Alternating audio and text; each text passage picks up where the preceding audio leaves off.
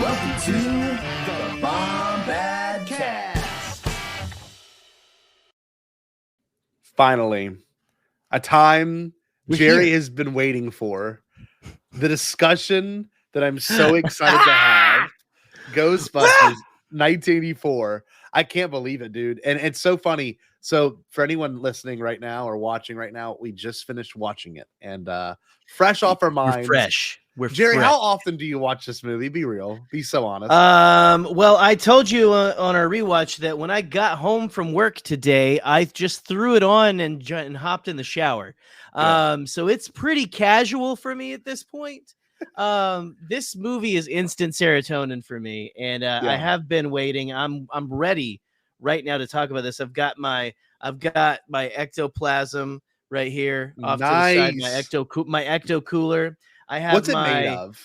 My hot beverage thermal mug and free balloons for the kids, which I know that's a 2 reference, but it's okay, kids. This is actually a recipe that I got from ghostbustersnews.com. Go check them out, kids. They're actually a great source of news. They've got a nice YouTube channel.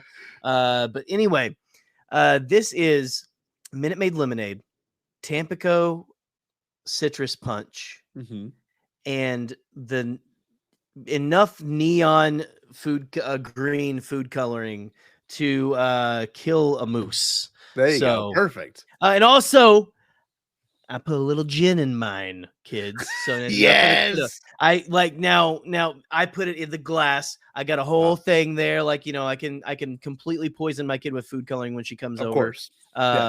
In that. So it's perfectly fine. We're all fine here. Anyway, Ghostbusters, though. We're here to talk about Ghostbusters. What's that background? What's that? What is that background sign? What is this right here? This is the iconic Ghostbusters No Ghost logo that hangs above their.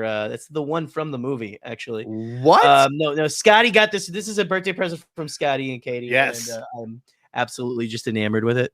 It's one of my favorite things gift. So. It really is a great gift. Go ahead. I was just gonna say I was so happy to give that to you because Katie and I talked about it for a minute. We're like, what are we gonna get him for his birthday this year? I'm like, oh, I know the perfect gift. Look at the everything Ghostbusters, the mug. Hey, I got to show you something. I was waiting to show you this live on recording. Check this out. Oh, nice. My entire set has slowly just become Ghostbusters. What is that? It is the Atari 2600 game, which is not that game. Fucking insane. Isn't that cool? Look at the old. That's it's so like, insane. It looks nice and like smoked on. You know what I mean? Like, oh, exactly. It looks like it smells. Yeah.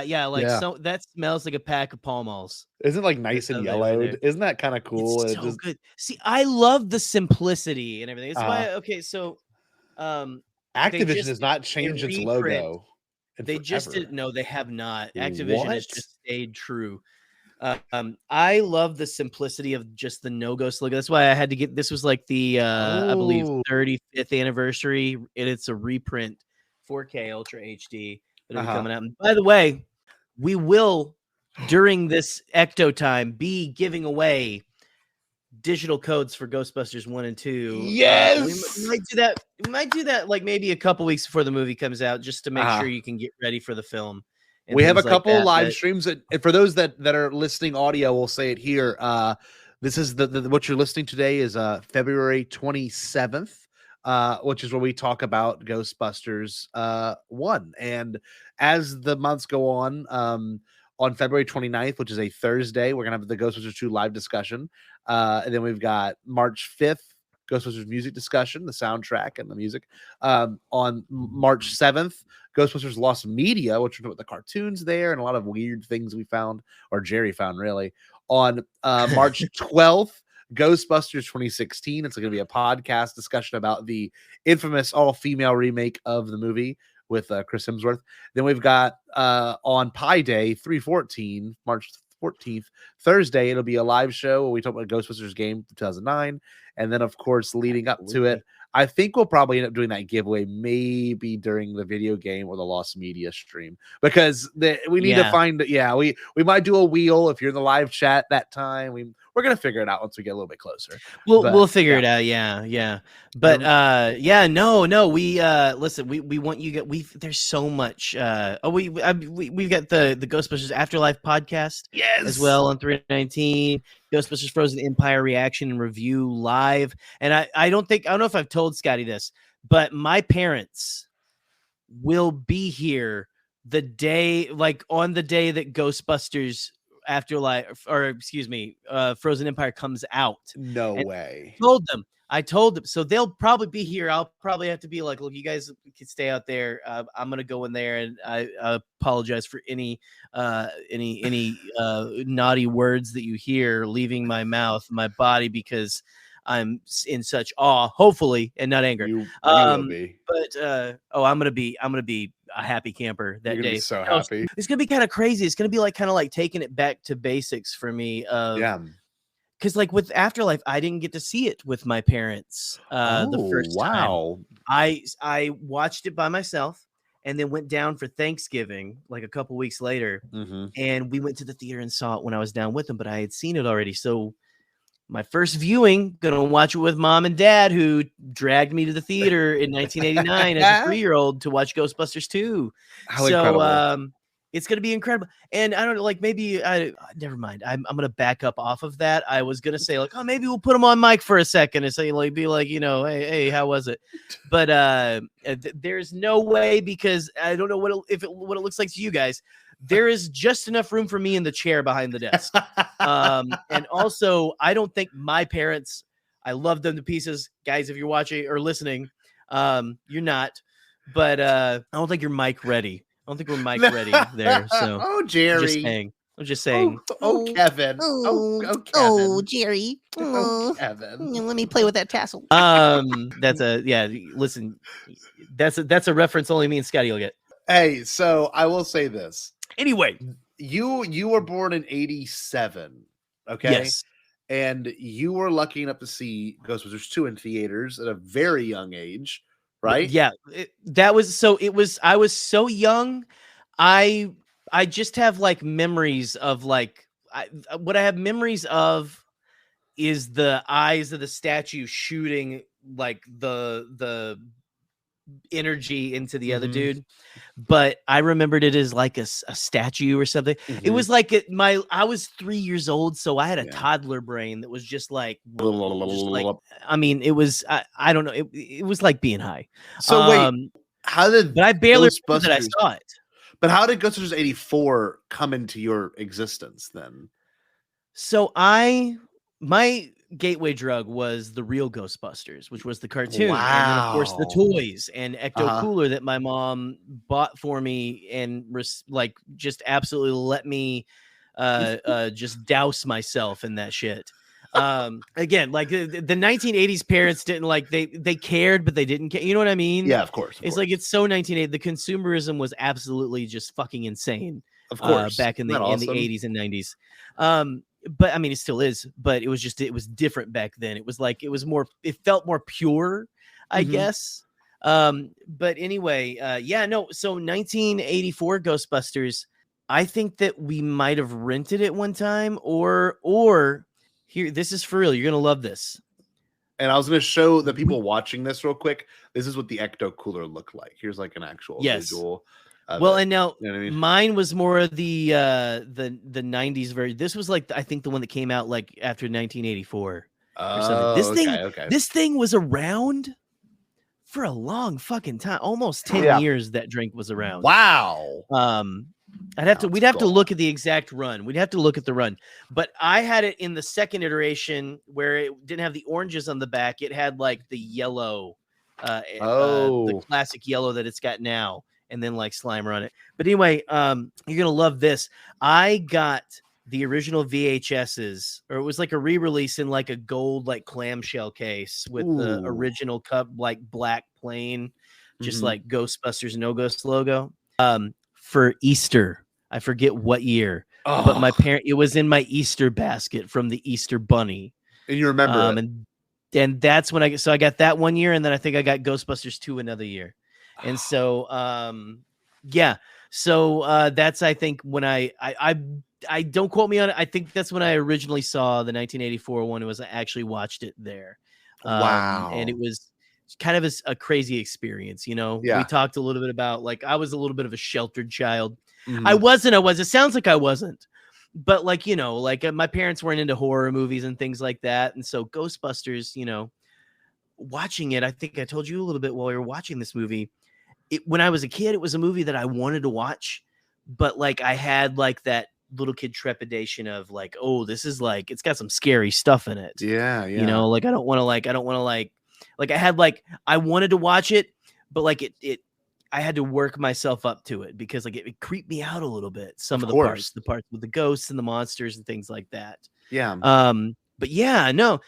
What was your So I was gonna say original for me 1984 one? For me, I was a kid who, and this is a little bit more insight into me as a person, and I think Jerry probably knows this, but like I've always been very interested in 80s culture because of a few things that my dad exposed me to and my mom exposed me to when I was young. And like I had watched Alien, I had watched Aliens, I had watched a lot more of the hardcore like 80s Predator. Like I watched a lot of stuff that was like way more intense at a young age, like at like 6 or 7 or 8. But that's the stuff my cousins watched. See, and that's the thing. My dad didn't hold anything back, but it was weird. Insane. That's because awesome. I adjacently knew Ghostbusters, and I did not watch it till I was really in high school, which is weird to say. When streaming and things like I don't know, like Redbox. I don't know if you had Redboxes in Arkansas, but like the Redbox machine. Oh my god, everywhere in my town. Oh my god, like, dude! Every come go and like a Walmart, CVS, everywhere, Walgreens. Everywhere. Yes, yeah, everywhere. Dude. So. I remember getting it. They had, I think, one of those double feature ones. I think it was both.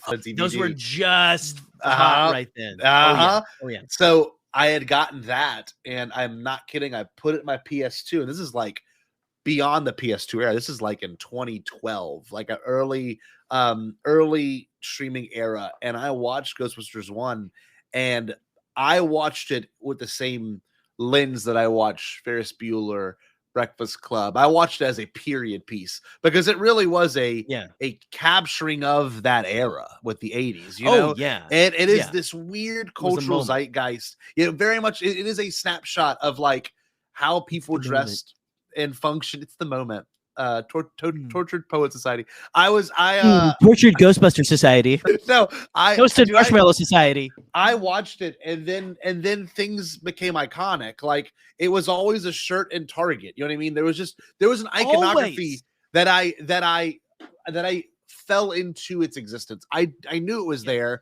I knew it was something I could watch. I was very much aware of the things with this movie and the lore behind it, and the song, but I was never someone that was raised into it. And you have what, like, you know, people contemporaries like Nick and Pete and Chris and Dan, they kind of grew up with that movie as it came out. You know what I mean? Like 84 was like kind of their time to see it. Whereas with us, it was a little past that time. And for you, you were almost that sweet spot because you were watching the cartoon. Second wave. I was like, wave. I was the perfect mark for this shit. Yes, you really were. Like seriously, from the birth canal, I was just slipping and sliding in ectoplasm. I mean, that's right. Like insane. That's a bad way to put that. That was a bad way to put that. That's how I came out. Just covered in goo. But yeah, no, I like it's absolutely insane, man. And like I don't think I've ever told you this too.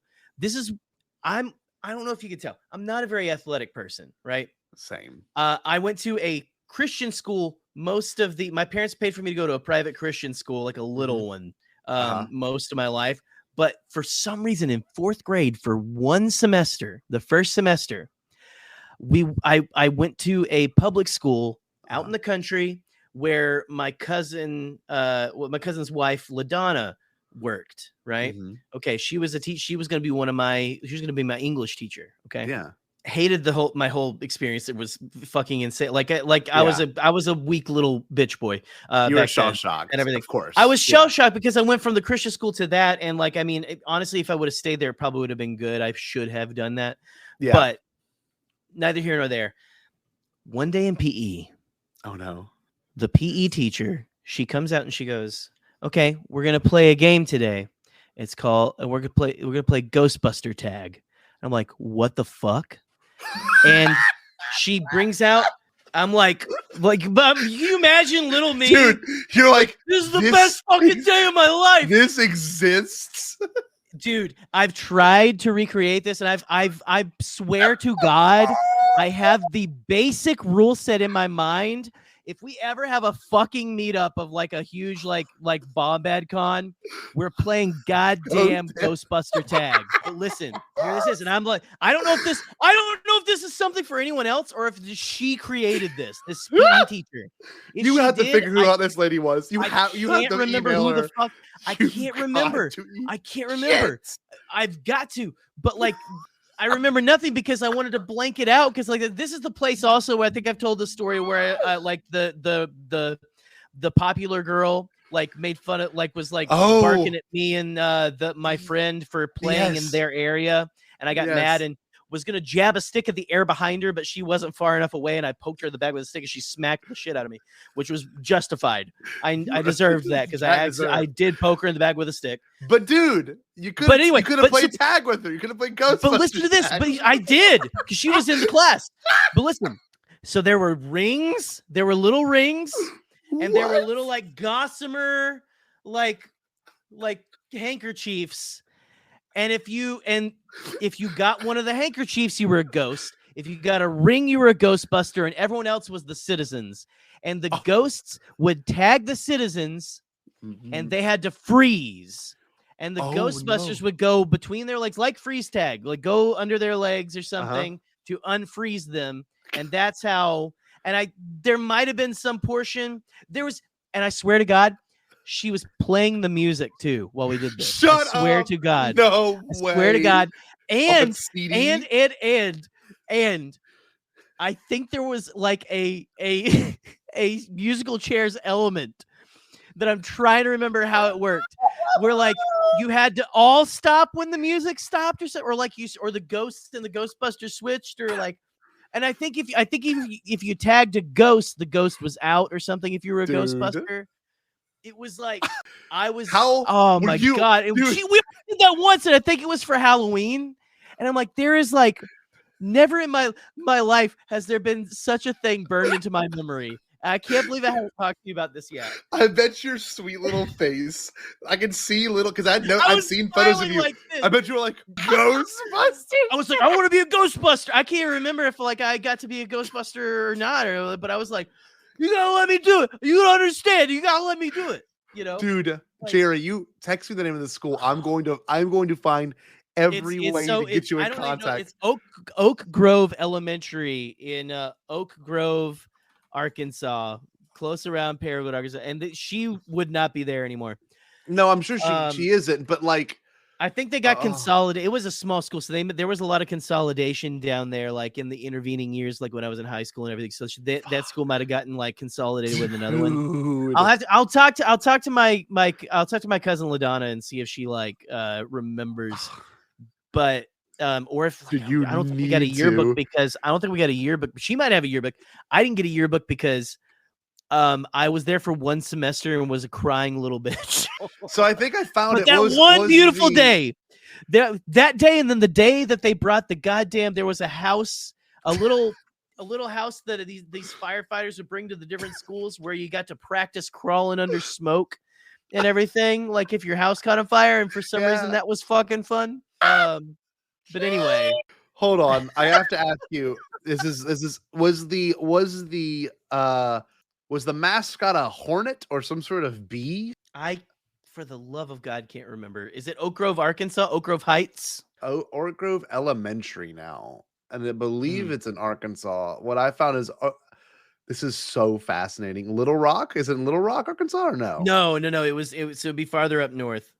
So what part again? Paragould, Arkansas. Okay, I found it. I don't know. I totally found it. But get the facts about Oak Grove. Okay, integrity, pride, and excellence. Oh, this just makes my day. You can like look at their lesson plans, dude. If I can find fucking Ghostbusters tag in their lesson plan, Oh my There's no God. way. I'm telling you that this I'm is just telling lost to you. time. It's lost to time. Aside from if it still exists in that family, or in my Ghostbusters obsessed kid brain and everything. Dude. And I want to bring it back. I want to bring it back. So that's what that is now the job of this podcast, is bringing back Ghostbusters tag. Ghostbusters tag is coming back in a big way, kids. All right. Scotty and I are gonna listen. Scotty, can I come down to your school? We'll play fucking Ghostbusters tag. You need to become Jerry, the PE teacher. Hold on. Oh my No. God. This No is way. real shit. Hold on, wait. What'd This you is find? not real. Hold on. What'd you this find? Apparently is a real thing. It's a real fucking game. Hold on. I mean, I know it's a game. I played it. I played this game. No way. No way. Sorry, audio listeners. There's a thing called Ghost. Yeah. We're gonna show this on a stream. We're gonna have to show this on a stream. Here's how you play Ghostbusters. In this Halloween tagging game, if you're holding on to a pool noodle, you're a Ghostbuster, and your job is to tag everybody in the playing area. If you get tagged, you turn into a ghost, and you have to sit down with your legs crossed, and you're glued to the floor. Only your hands can move so that you can try to tag others. If you tag someone, you get to get back up, and you're back in the game. If you get tagged by a ghost, you have to turn into a ghost. Maybe this like kid, maybe this was one of the kids with me or going. something, and he can't remember. That's not how we played it though. Honestly, I loved the way that we played it there, but it was more chaos. It was more just like it was absolute insanity. Kids running around, the Ghostbusters song playing. 20 minutes. 20 minutes on Ghostbusters tag. Sorry. This is so I knew you would love this. This is like a memory for me. I mean, honestly, it's not even an unlocked memory. It's a memory that's always been there and will come back periodically. And like, man, I gotta fucking bring back Ghostbusters tag. So now it's on record. I'm gonna teach my physical education teacher at school Ghostbusters. I think we should. And again, that guy's rules are lame. You're a ghost. You can sit down on the floor and wave your arms. Fuck you, dude. No. Give me a gossamer handkerchief. I'm gonna run around and try to freeze the hell out of people. Okay. Oh my God. Hey, it works with Frozen. She predicted Frozen Empire. What the hell? Who was Dude, this woman? I gotta find this woman. This is fucking insane. Anyway, Ghostbusters 1984, y'all. A great film. So, impact, right? And this what we've been talking about is quite literally the impact of this movie, because it's cultural. It's huge. I want you to say your piece right here, because you had saw some things on Twitter that actually I had not seen the red in your eyes since Ghostbusters tag. the veins pop out in your skull, and you were like, "It's always been a franchise. It's always been a series." But yeah, you had this I get a visceral reaction to something. I mean, I just saw someone post about this on Twitter before we got back on here. God, like, what if not about Ghostbusters, but just about when you have such an emotional connection to a film and someone shits on it, you have enough wherewithal to know, like, it's just a movie, it's all that and stuff. But they were like, how do you overcome that? Like, because I get a visceral reaction. This person said, I need to a message back to them, be like, oh, you're not the only one. Because it happens to me too. And I think a lot of it for me is just, and we covered it a little bit in the Frozen Empire trailer discussion, but I'll reiterate what I said there just a little bit here. When you have someone or people saying like, oh, why are they trying to turn this into like a superhero franchise, things like that, which again, I think we've talked about how it has superhero tendencies, but this is not a superhero franchise at all. But it is also not just a comedy. No, it rides. Honestly, it's probably my favorite genre of movie, which is like dumb as hell. Is the people who are funny dealing with something beyond the pale. Yes. Men in Black is the same kind of thing, but with same premise. Yes. You've got things like, like a friend of the show, Jared Bachman Stubbs, Jared the Dark Jedi, loves like Men in Black and things like that as well, like Wild Wild West, like just those crazy high concept sci-fi Oh yeah. properties, but that also have like a sense of humor. They have a sense of levity and stuff like and that. Charm. A lot of charm. Unbelievable charm. And that's the thing about this movie too, is like the real heart of it really is the actual chemistry between every actor in this movie. And like the writing is top tier. The way it's shot is top tier. It's kind of a timeless looking movie. You know what I mean? Like I had never watched it from a cinematography, kind of perspective, but I'm watching it now. I'm like, this stands up. Like nothing looks poor. You know what I mean? Nothing looks, right, done poorly. I think it's truly it stands the test of time. It's 40 years old. Yeah. This year is It's 40. I know. I'm almost 40 years old. Honestly, Yeah. it was what that means. That's what that means, because I was born a few short years after this movie came out. Yeah.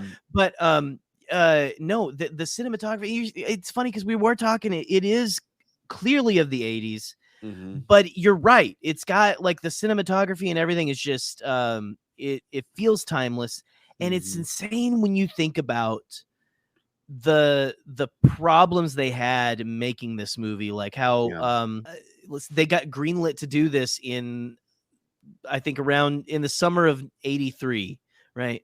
But they said, well, you can have your money as long as you get it done by May of 1984, and that was just such a like less than a year to make this movie. If you think about it, and like there's even like I've been watching documentaries about the making of these things and stuff too, trying to prepare to get a little bit of knowledge for these.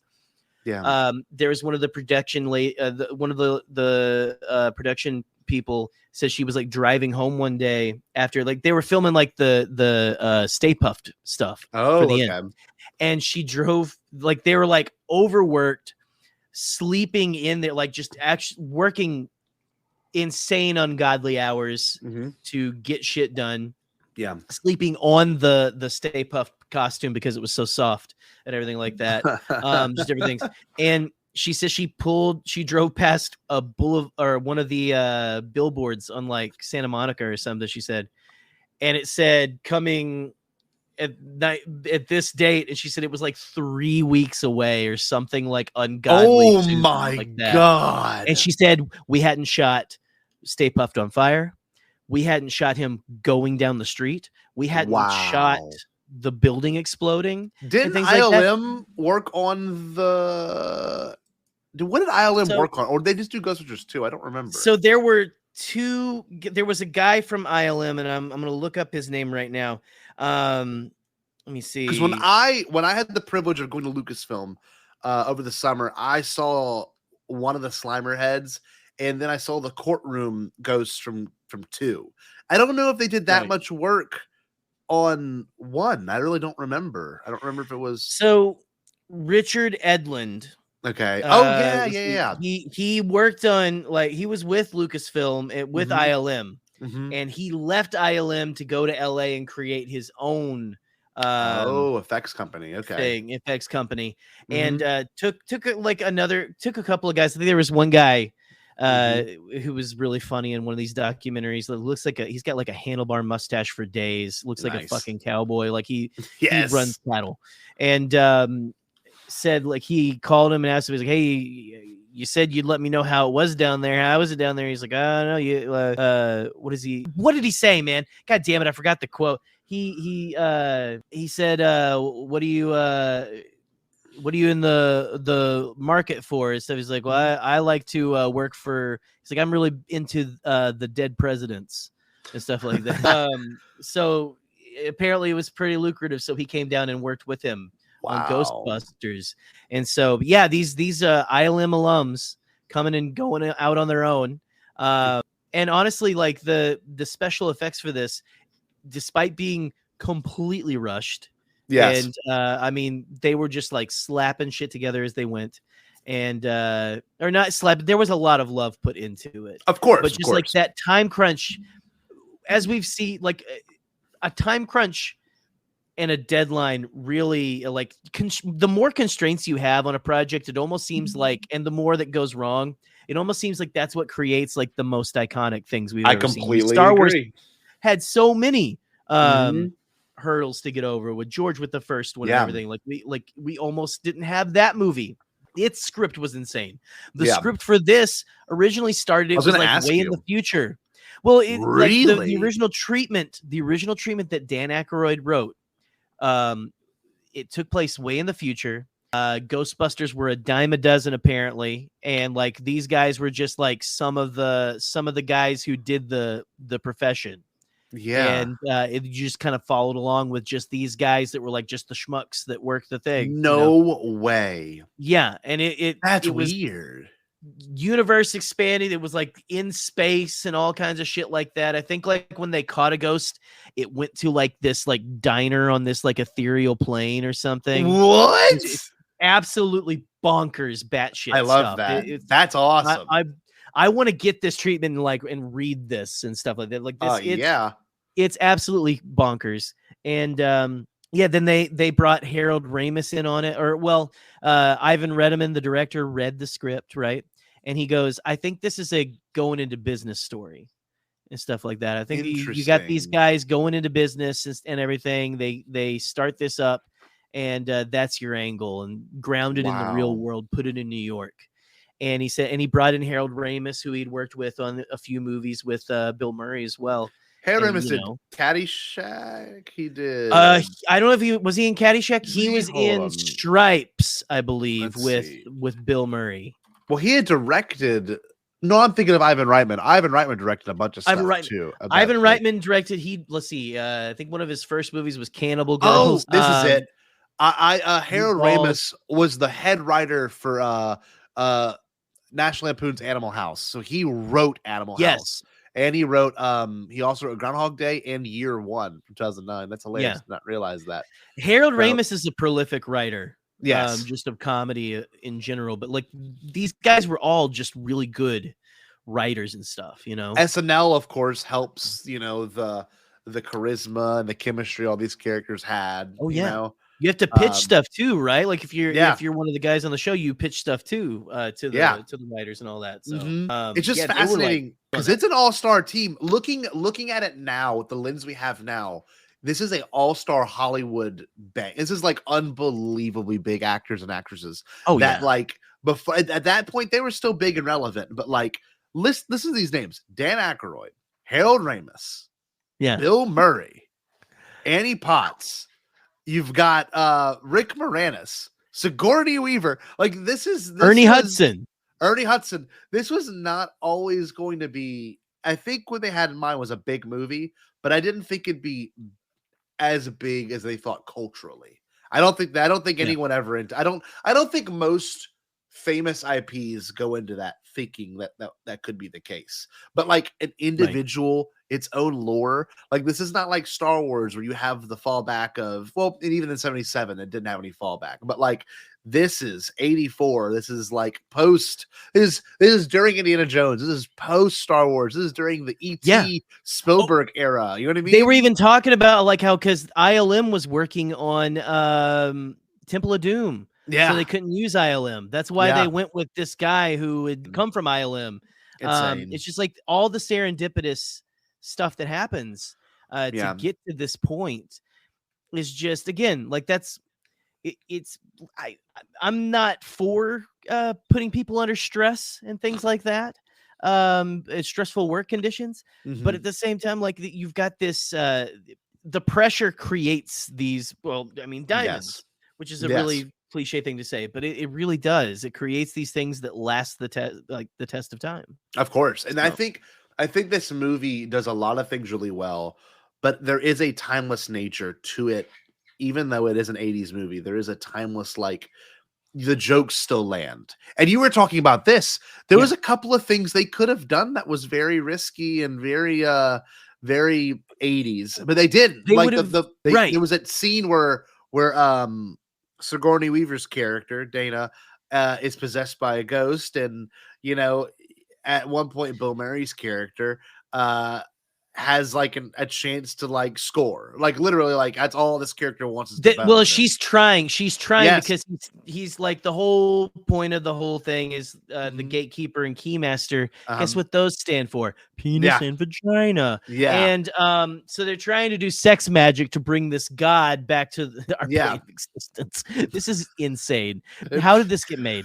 But anyway, yeah, we were talking about how that scene plays like you could have so easily taken it a step too far. Yep.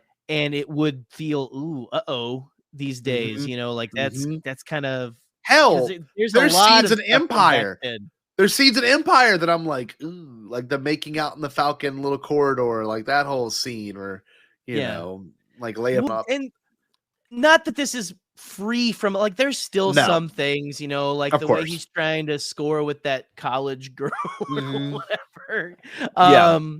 Is again products of but the it's time. not offensive, it's not disgusting, it's not he never does it in like a force yourself way, and like that was what was impressive about that scene with he has the little joke about like he's like, I usually make it a rule not to get involved with dead people or with possessed people, and she kisses him and he goes, he's really more of a guideline, and he's like, oh, why not? No. And then he like, which again played for laughs and things like that, but at the same time it could have gone so much farther, or it could have gone even a step farther and been a little like weird, wacko, like a little far Bill Cosby shit.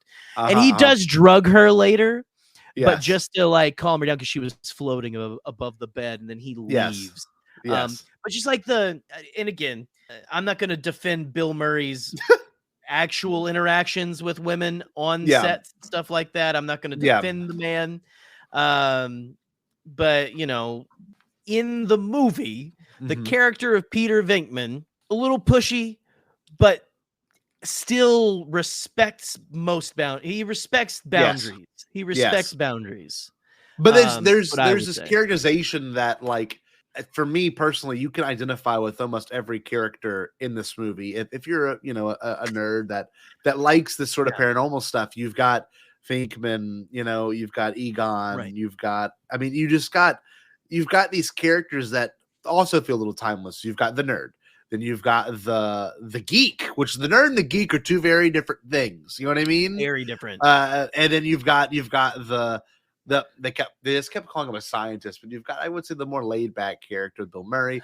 You've got Ernie Hudson playing more of the skeptic, right? Annie Potts playing more of Ernie Hudson playing supposed to be the character for the audience to come into exactly this, like, crazy world, and the voice of reason through Winston's eyes. Yeah, we're supposed to see through Winston's eyes and be like, what the hell are you guys doing? You know, out here. Anyway, but I think this movie, in terms of its archetypes, like nailed all of it. It nailed all of it. And then you've got Sigourney Weaver, who's like the love interest, but also like very much her own person. And you kind of, it's honestly, she, if we're going to be honest, is probably the main part of the story, because you see her experience with this more so than anyone else's. There is no main character, which is nice. There's no main character. It's one of those movies. It's an ensemble, kind of a small ensemble too. We were just talking about how like the core cast is like 8 or so people, right? It's like, it's not a huge like cast. And I love that they do keep going back to Dana. Like, we got that, you get the introduction to her, and then she goes to them, and then you see her kind of reacting to their fame and things like that. It's cool. I love radio and they're talking about it. It's a fun vibe. You were talking about this. We were talking about how it's such a tight movie. Like, the editing is it's snappy. It's well paced. It's very well paced. And I do think it's very breakneck in a good way. It's breakneck because it trimmed the fat.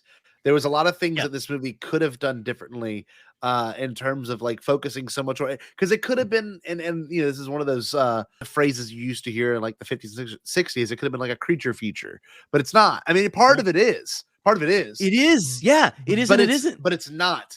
It's got everything I like about it's got everything like about 80s movies, but it also has the weirdness of like a horror 80s movie. It's got like these obviously fake ghosts, but they are scary and they are played well. And some of these things, due to them being kind of crude looking, look scarier now than most modern day effects. You know what I mean? Yeah. Like Slimer's kind of freaky more looking.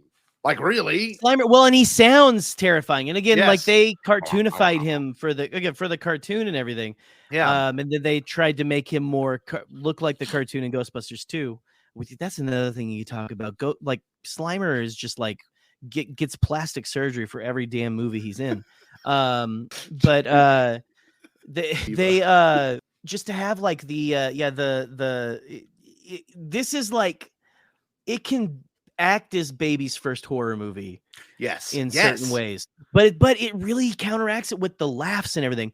And one of the most endearing things I think about Ghostbusters, and why Ghostbusters, I think, is such an important franchise and movie in our culture and everything, why it like just like the big theme of what I think it's good for is think back to when you're a kid and your imagination runs away with itself. You're scared of if there's something under your bed. You're scared if there's something in your closet. And here comes this movie, this franchise that has these guys. And I think we talked about this before too. You got these guys who are like, oh, we'll come and we'll catch the monsters, we'll catch the ghosts, we'll catch the scary things. We're gonna put them away, and things like that. Just like just to have that like protection of childhood innocence and things like that, or like allowing kids to be scared, but then to kind of get that bravery of like, oh, I ain't afraid of no ghost kind of a thing.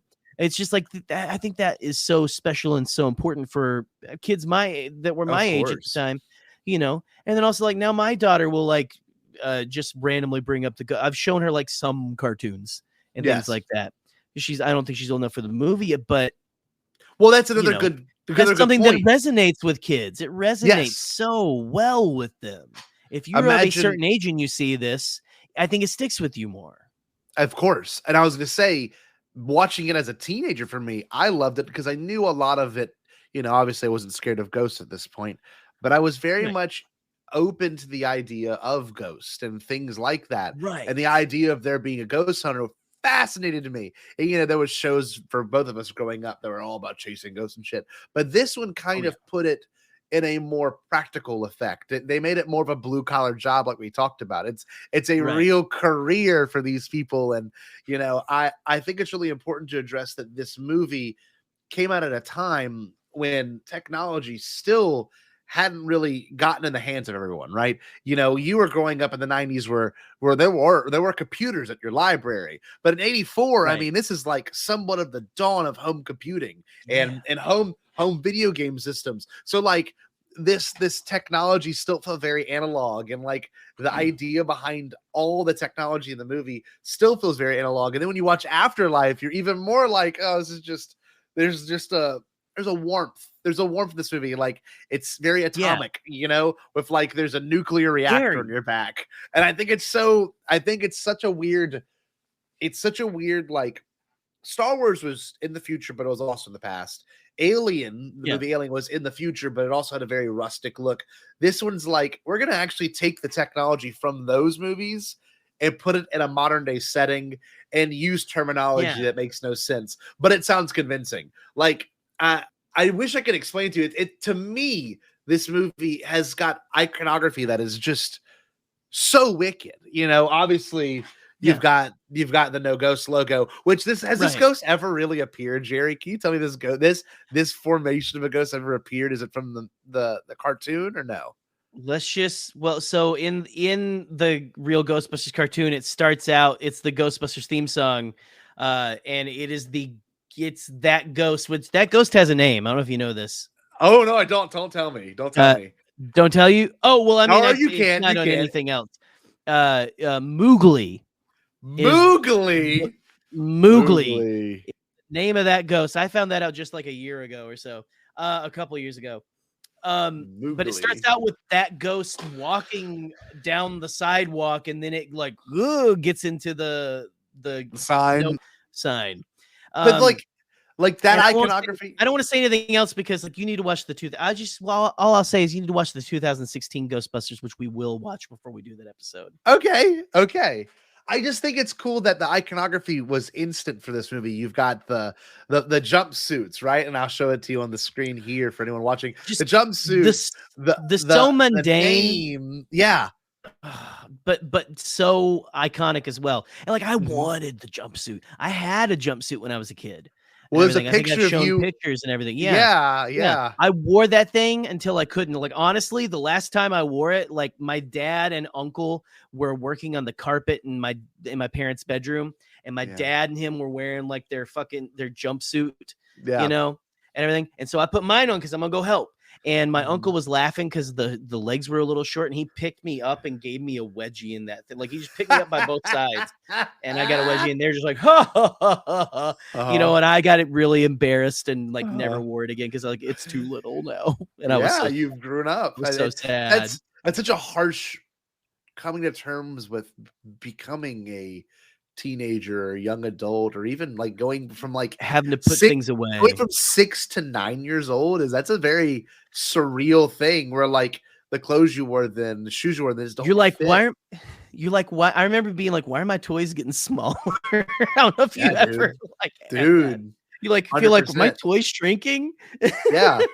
I think it's such a cool thing that this movie still has lasted the test of time. And honestly, even without the 2016 sequel and then, you know, Afterlife and Frozen Empire, I think this movie still would hold. I mean, you would still be able to buy that sign behind you. I think it's a classic for that reason. One thing I want to say about the iconography, like you've got their own, you know, Stay Puft character that created, like it just had so much, it had so many things that could have been, no, I'm not trying to say terrible, but like it could have fallen so flat, but it didn't. Well, it just didn't. It's impressive. There were a lot of things that held on from Dan's first draft and stuff like, and I mean, or at least the first run through of the script with Harold. Even I can't remember I think Terror Dogs were in there from the beginning, maybe even with the space script. I'd have to look that up again.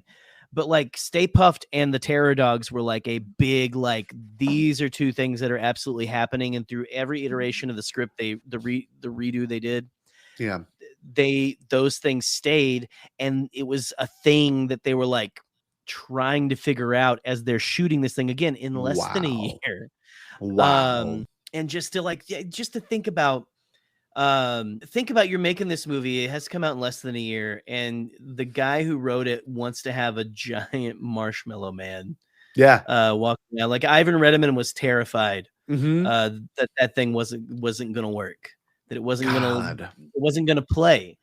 And everything like that. But it does. It's just scary. You and I just watched it. There's the uncanny feeling you get when you watch it because there's an innocence. You're like, oh, this is so goofy. And he keeps saying, like, I thought of the most innocent. I thought back to as a kid and things something that can never destroy us. Yeah. And then it's this, like, it's like a kaiju. You know, it's this giant monster. The face moves just barely enough that it's like it's the brows and the mouth a little bit, and I think they had a couple different heads because there's a head when it gets shot where it's like, but just to like the thought and the craftsmanship that went into this and stuff. They had to try a couple times to get the Stay Puft costume right because the first one he did, the foam was too like soft. Yeah. And his legs, when they were coming together, they pushed the bottom of it together, and it made it look like he had a big old vagina. And so they had to change it. They called in like someone. I think they called in some other guy from ILM, and he's like, "I'll make the body out of fiberglass." And the guy was like, "I'm not going to do that." He just tried some different, like thicker foam, and it worked. And you know, it's just like a bunch of trial and error in such a small amount of time for this thing, and it's one of those stories. It's a story I like to hear. It's a story of like Star Wars being made and stuff like that. If you love that story, the story of how Ghostbusters came to be is just as compelling. And go look up this. Again, The Movies That Made Us on Netflix has a great Ghostbusters episode. If you want just like a casual dive into it, if you want a deep dive, I'm still finishing it, but Cleaning Up the Town. fucking What's it on? incredible. What's that on? It is so you can get it on Apple or okay. it's everywhere. It's on iTunes, it's on Amazon, okay. just anywhere you can get movies. Look up Cleaning Up the Town, and it should be there. Clean Up the Town, Remembering Ghostbusters. So is the full title. From this movie, are there any particular moments you want to reflect on, or something that characters you might want to bring up? Because it is a stacked movie. It is not one of those ones you watch and you go, well, that was cute. I mean, to me personally, I get a lot out of watching the movie because there is a idea of like people don't take you seriously until they need to. Yeah. And that's a very important theme, of this movie is like, no one takes them seriously. How much money are they going to make? What they're spending everything they have. The college they work for doesn't take them seriously. And then when shit goes down and they're at the end of the world, revelations, all that stuff, like you don't know how much they need them. And no, it's funnier too when you watch the Frozen Empire trailer. It's Peck that's like they claim to have saved the world, I believe. Is that what he says? Yeah, he says these hacks claim to save the world, no eyewitnesses, which sounds like they slapped that together from two different pieces of dialogue. Probably. But I mean, he's still salty after all those years, which is funny. The man literally heard a voice come from the sky and got dumped, like marshmallow cream dumped on him from a giant marshmallow kaiju. Yeah. Oh, yo, man, they cream pied the hell out of Walter Peck. No, I think just there's so many. What I love about Ghostbusters is that it's really funny, but it's a very, as crazy as the ghosts and everything is, it's a very human movie. That's true. It's a very just like the comedy in there. It doesn't come from we're writing joke. It comes from the characters. Yeah, which is, I think, a big distinction between, and we'll talk about it when we come to it, these versions and even the newer sequels compared to the 2016, which again was that like, listen, if you don't come here saying like, well, they give it to Wham and stuff like that, we don't like, just shut the fuck up. That wasn't the problem. No, and everything. But anyway. My dad will disagree with you. I'm just kidding. But no, so would mine. I'm just kidding. No, but I do think you have a good point. It's never always about, like, I giggled at every line when we watched it earlier. Like, I really did. Yeah. Because I know the intention of it wasn't always to make a joke land, but the things that these characters were doing and saying are inherently funny. Like the Twinkie moment. That is actually meant to play as a very serious scene, but Egon bites into the Twinkie and he's got this like glimmer in his eye. You didn't have to make every joke land. It's charming. Like it's not always to make a joke land. It's always to say a line. And if as a viewer, if you get it, then maybe they had that intention. Right. But if you didn't, that's also okay. And it's one of those, Jerry, I think you can agree to this. Perfect kid and parent movie. Except for the blowjob scene, but other than that, so the ghost blowjob is definitely from left field. But yes, go on. Yes, that was 100% maybe a joke on set in the moment, or maybe even might have been written. I don't know, but like that was such an elaborate set for that, though. Yes, but even as a teenage boy in the 80s, I would have been like, oh, it's hilarious, That he sucked his dick. Yeah, ghost sucked Dan Aykroyd's penis, but I love that everything, for me personally, when I watch it, I get a different thing out of it each time. It just has one of those effects, and the characters are the parts that do that for me. I didn't realize how funny Tully was. I had no idea. Like I knew he was funny, but like the nuance, the subtle parts, when he lifts up the lamp and I was like, this is so absurd. I just think it's so well done. Well, like even before he gets possessed by Vince Clortho, which again we talked about it. The most George Lucas ass name in this whole thing is the terror dog. The terror dogs are named Zool and Vince Clortho from the Top Rope. Just like it absolutely is bonkers. But no, like I didn't appreciate Lewis until I got a little older and stuff. Like, exactly. like, oh, he's a nerdy guy. but when you get older, you start realizing how much comedy and how much just subtle laughs and care that Rick Moranis is putting into that. And I don't know if you know this, but John Candy was originally supposed to play that role. What? That would have been good too, though. I'm not gonna lie. And that would have been really they good. pulled him. See, he's even in. They did some storyboards when they're doing storyboards. What? When he gets possessed by the terror dog, they drew John Candy in there. I did not know that. You can look that up. You can look it up. But John Candy came in and he wanted to play it in this like weird way. Like I think they were saying he wanted to be like this like jerk almost, like kind of too cool for school. And like he wanted to like have a German accent and have 2 German shepherds was what he was absolutely adamant. I have to have 2 German shepherds with me. And that's how he wanted to play the character. And he didn't want to play him as a nerd. And they were like, I'm sorry, John. Like it's not really what we're going for. And then Rick Moranis came in and kind of went more the nerd angle than what they were even thinking. And they were like, this is perfect. This is what we want. Yeah. This is what we need. And so, but yeah, no, John Candy was almost Louis Tully, which is insane. I did not realize that. Yeah. I just think it's cool too, like the reapproach of some of these characters later. And we'll get into this with Afterlife when we discuss it, but like Afterlife very much is like a redecorating of some of these characters, like some of these iconic characters, like totally even Dana kind of has a redecoration through someone else, right? Like I think it's kind of cool that they are able to do that because these archetypes aren't necessarily always the same archetypes. You know, like Egon 100% is what's her name? Phoebe in the McKenna Grace. McKenna Grace, yeah, like it's the most incredible like movement of that character. You know what I mean? Like because you can do those same roles but with different faces and people, and I really like that.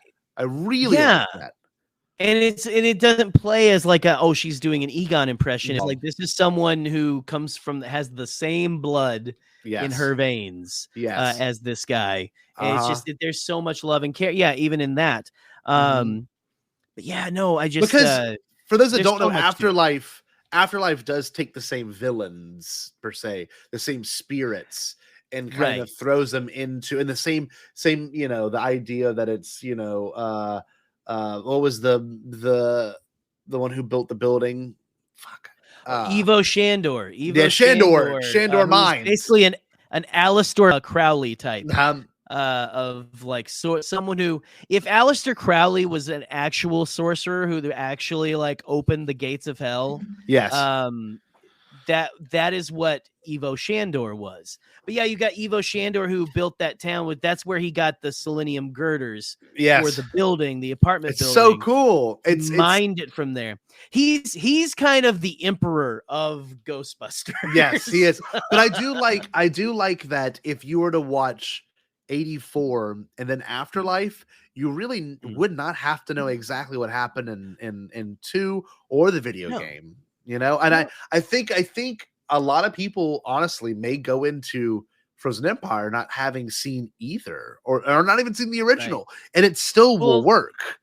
There's a lot of I've seen some people saying like, oh, this new one's got the old people, the old cast, and it's in New York. I want to see this one. Exactly. Whereas Afterlife was maybe they'll go back and watch it now. Maybe they'll watch this. They'll say, I love this cast. I'll go back and watch that one. I hope. I hope.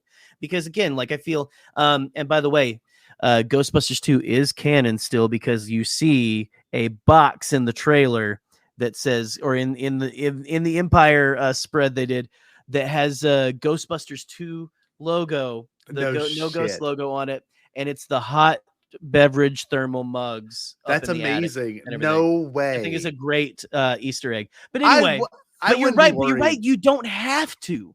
You don't have to. You can go into, and that's kind of, I think we talked about how it's a little, it's kind of a relaxing, leisurely kind of fandom or watch or something. You can like, you know, you don't have to completely enthrall yourself in it. You don't have to like, there's not really a complete arc and stuff that you have, or a thread that you have to follow. You don't have to see a bunch of Marvel movies, 27 movies to see this one and understand it. Exactly. Hey, we're here. We catch ghosts. Here we go. You know, like honestly, watch Ghostbusters 1984, then you could probably watch any of the other sequels, you know, and not without having to watch anything in between. So I just love that, you know, we have the opportunity to talk about this movie, but also the franchise that this is. You know, right. Bombadcast has been around now for coming up on 5 years, and Long time. we've only truly dived into Indiana Jones and Star Wars. And the fact that we are diving into this, because it is a franchise and it's not a superhero movie. Well, it's honestly a lot more it's than a little superhero Star movie. Wars adjacent, you know. Yeah, I mean, sure, it's got, of like, course. Spielberg visited the set, like I think the final set of the temple and everything, like was like commenting on that kind of stuff. Spielberg visits everything. But you've got like the ILM guys working on this thing, you know, like all kinds of like weird shit, and there's just kind of a spiritual sibling to Star Wars and how it got made, in my opinion. I think it's important too is that this, I think I said it earlier as well, but this is like coming off the high that was Star Wars. Everyone was kind of thinking, what's the void after? Because there was a void after Star Wars, like for special effects and big thematic movies, and this one kind of fit it in the way of like, don't take yourself too seriously, but know that this is going to be a movie that does in its own way take itself seriously. Like, this is real stuff. We're setting up real lore in this ectoplasm. We're setting up the weaponry we use. We're setting up the actual, you know, I don't know, do you have the vehicle anywhere around you? Do you have I actually, right next to me. Yeah, I have Ecto, which is one of the most. This is the one from Afterlife, so it's like all kind of, you know. But one of the most iconic movie vehicles. It's the same. It's the Falcon. It's the DeLorean. You gotta think, literally, Back to the Future was the Falcon, the DeLorean, and this. For me. The DeLorean was 1 year after this. So you gotta think, the next big cultural zeitgeist movie was Back to the Future in '85. So like you've got so many really impactful, you know, franchise, I guess, generating movies that probably was not the intention of Dan Aykroyd. He's not that kind of guy. Right. You know, George was set out to make a mythological story, where Dan Aykroyd, I think, just wanted to make a movie that, like, I guess, procured all of his interest. You know? Well, yeah, because he had made a few films up to this point, you know, Blues Brothers and things like that. And he talks about in some interviews and stuff how, you know, I kind of came to this and I thought, you know, why? He's like, I'm to the point now where I can kind of include a little bit of this family history of mine. Because we've talked about it a couple of times, but Dan Aykroyd's family, his grandfather was a spiritualist. His father, like, they had extensive notes on that, or his uncle or something. One of his relatives from back in the day was around during the spiritualist movement. If you know what that is, if you don't know what that is, kids, go look it up. It was everyone in America and all over the world was interested in the in specifically the afterlife. Yes, and thought they could scientifically prove it in around it was like the end of the 1800s, beginning of the 1900s. And just look up the spiritualist movement. It's a great deep dive. It's just a great little rabbit hole to go down. But anyway, Dan's relatives were involved in that. And then his dad wrote a book about the spiritualist movement and ghosts. And just his family were just always believers in the spiritual and the paranormal. And just to grow up in that soup. And then to have, he said, I wanted to, it's the perfect time to make one of those ghost comedies, like those comedies with guys who catch ghosts from back a long time ago. Was like I forget who, like all these like comedians back in the 50s were making these ghost comedies. He said do that, but with the actual science that had come forward through that, you know, like so interesting. The people who were studying that. Like you can balk or laugh at calling it a science, but just like I love Dan's got to be on cloud nine on this side of things. Oh, 100%. Ghostbusters is with Ghostbusters becoming what he always wanted it to be. 100%. It has been for a long time, but to have like that resurgence of it all the way in 2024, just like I'm glad I'm glad that he gets to see it. You know, me too, of course.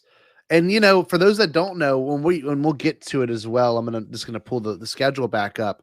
This will be dropping. This will be dropping not this week. Well, we're recording it the following week. But the reason why I'm saying that is because when we get to like the game, on Pi Day 314 in about a month from now, like I'm so excited to talk about that because I mean he wrote that one. Like he didn't just collaborate. He wrote all of these things. He had a direct hand. He and Harold.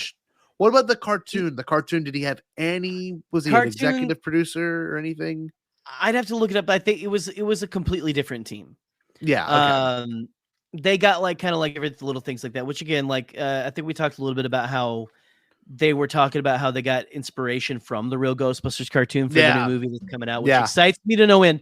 But you had the guys who were like voicing characters and writing that show going like, why didn't you talk to us? It's like, guys, come on now. It's their baby. I mean, like they're mentioning real Ghostbusters. Real Ghostbusters is the prize. Yeah. Like it's like that cool guy. And again, like all respect to them, like they created my childhood. But it plays like the Joker guy from the upset that Rockstar used his face, and it's just like, I mean, look, like I don't think they were trying to like cut you guys out of anything, but at the same time, what kind of story credits? I think you should put the Grundle in here, which is an actual bad guy from that show, the Grundle. Don't Google it. If you spell it wrong, it'll come up as something else. So just putting that out there, kids. That's my disclaimer for the Grundle. That is an actual villain from the real Ghostbusters. The Grundle, one of the best, honestly. But no, it's an unfortunate name. That's a very unfortunate name. Anyway, is there anything else you really want to? Is there anything you really want to deep dive on? I think I just want to maybe we should end on like what our top, like what's the moment in the movie that sticks out the most? Look, what is your favorite moment from this? And maybe we should end on our favorite moments. I love that. I think for me personally, we talked about it. We talked about it when we were watching it, and because you said you want this to happen in the new one. I love a good montage. And in the 80s, oh hell yeah. In the 80s, there is an energy about montages that we don't really see. Yeah. Like one of my favorite scenes in all of Ferris Bueller is, of course, a Twist and Shout montage. Kind of not really a montage, more of a play. But like the montage in the museum in Chicago literally makes me tear up when they're all having fun in there, and you can see the moments of them and Cameron looking at the painting. Like montages, when done right, are super effective.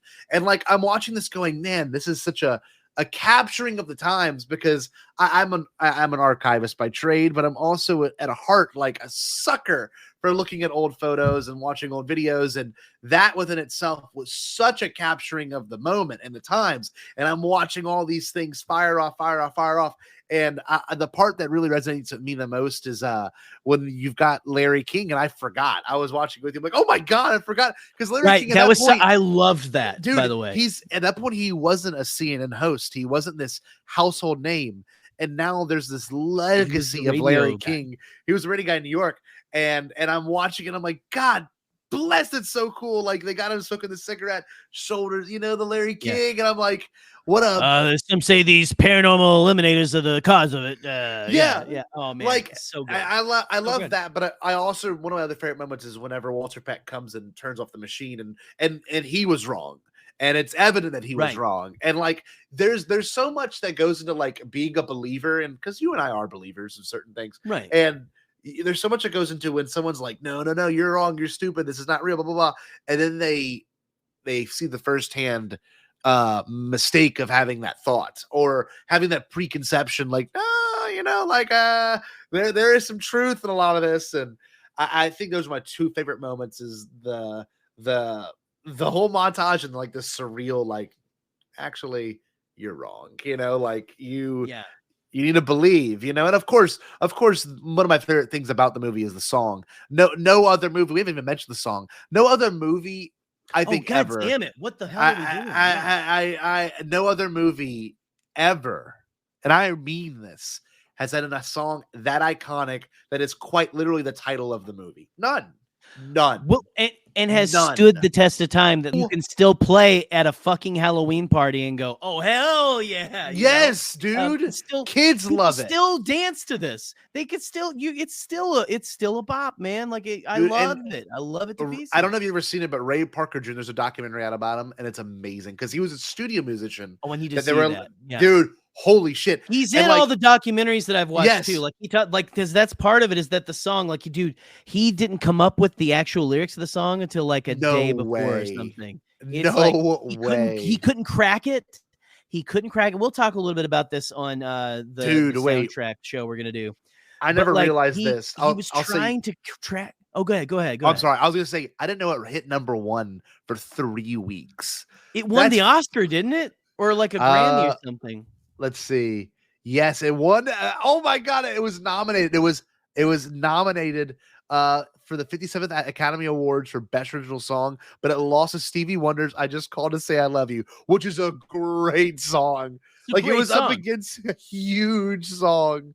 That's crazy. I have this at the 45. Same time, it's almost arguable that Ghostbusters more iconic. Is a more recognizable song to more people, which is insane. I know, probably insane for me to. That's probably my Ghostbusters brain talking, but he didn't have. He couldn't figure out. How the hell do you sing Ghostbusters? Yeah. That's like the worst thing in the world to try to rhyme anything. You can't, and he couldn't think of anything. And then he finally clicked with them. I think he might have saw that they did a commercial or something for the movie. Like in the movie, they make a commercial like Ghostbusters. We're ready to believe you. And he's like, it's the jingle for a commercial. That's when it hit him. And then he goes, who you gonna call? Ghostbusters and stuff, which is like, it's just such a brilliant conceit for a song. It's still so like, I will listen to that when it's not Halloween. Oh, dude, it honestly makes me a little emotional when I hear that song, which is crazy. That is a crazy thing to say. So many things because it's like this. Feel a lot of things. Because it is a part of the 80s zeitgeist. Like when you, what was it, Stranger Things season 2? And like that's part of the whole bit is that for Halloween they go out and they're Ghostbusters. They're the Ghostbusters. And I love, oh man, that whole thing where they're like, but I'm Vinkman, like between and it's like, well, but I thought you would be what? Winston?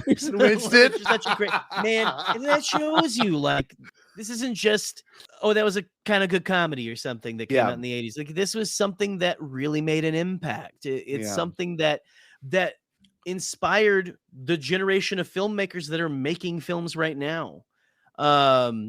It absolutely captured people's imaginations. There was a quote in one of these documentaries of people like someone like watched a movie and said, what's this movie that Spielberg didn't do this? Like what is this? Because up till then, the blockbusters had been Spielberg's, Lucas's, it had been those guys. Yeah. And here comes like out of left field, these guys from SNL and Ivan Reitman who did like sex comedies, basically crazy, making this special effects ridden comedy, action, adventure, sci-fi horror, whatever you want to call it. Unbelievable. And here we are to this day. Well, what was your favorite moment? Your favorite moment before we end this? Oh, right. Oh God, it's hard to pick. Impossible. Because again, it's all because like the whole movie is just like part of my DNA. Yeah. But I mean, any scene with Rick Moranis is absolutely God tier. I love it to pieces. There's we talked about it. Bill Murray is the king of reactions. Just like reactions to the lines people said. That's a lot of the humor too, is just like a character's reaction to what someone says. Exactly. Silently. And watching these documentaries, I was amazed to find out how much of this was riffed, which makes sense now when you think about Bill Murray, Dan Aykroyd, all the scene in the mayor's office is just iconic. It's great. Might be one of my favorite moments of the whole movie, where you got them coming in. Peck is there to trying to talk them down, and they end up taking the side of the Ghostbusters, the guys who are like, it's a god, which they're right. Yes, but it's so funny that like they go like, we're gonna go with them instead of this guy who's like trying to take them. Yeah, exactly. But you got like the whole like all of that was like ad lib and stuff like that. Like Mhm. that was like So not crazy. 100% the script. They were like riffing the whole time. So the God, that's dogs and cats living crazy. together, mass hysteria. Who you gonna believe, us or dickless over here? Yes, it's true. This man has no dick. No Well, dick. that's what I heard. All of that is just, it's so good.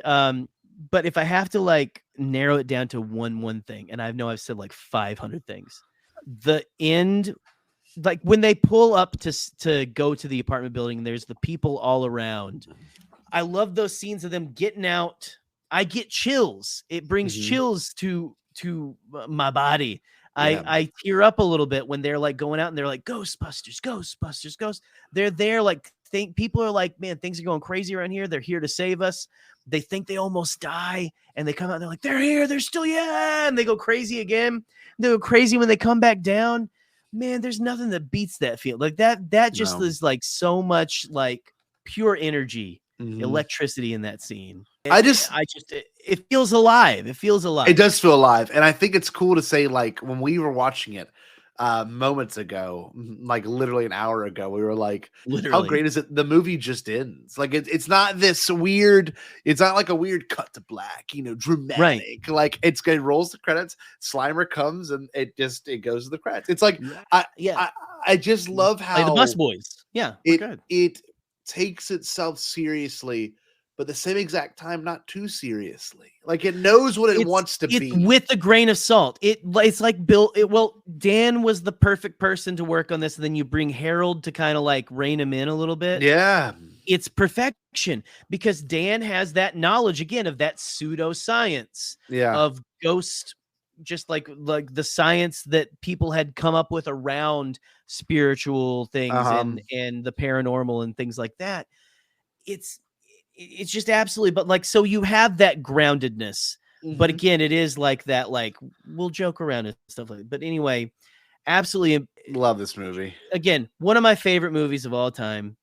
It's always going to be that way. And for those that haven't seen I hope you've seen to it. watch It's an hour and 45 minutes. It's almost as long as this podcast is. Like it really, you don't have to watch anything else either. Just no. Ghostbusters. If you haven't seen Ghostbusters, it's one of the best. It seriously is one of the top films of all time. It's on the Criterion list, isn't it? I'm pretty sure it is. It might be even. I think it might even. Is it in the American Library? Hold on. What's it called? It might be the Library of Congress. Library of Congress. Yeah. Hold on. Movies. Well, part of the film takes place in a library, so it's possible. That's Oh yeah, the complete National Film Registry. Hold on. I'm gonna look up if Ghostbusters. Oh, it's not in alphabetical order. I think it's an order of release. Ooh, okay. I don't think it's in there. That's a shame. Oh no, it's not. Let me see. I'm gonna look up Ghostbusters. Yes, dude, it is. It was inducted in 2015. It is recommended. Yeah. It is recommended. The complete National Film Registry listing.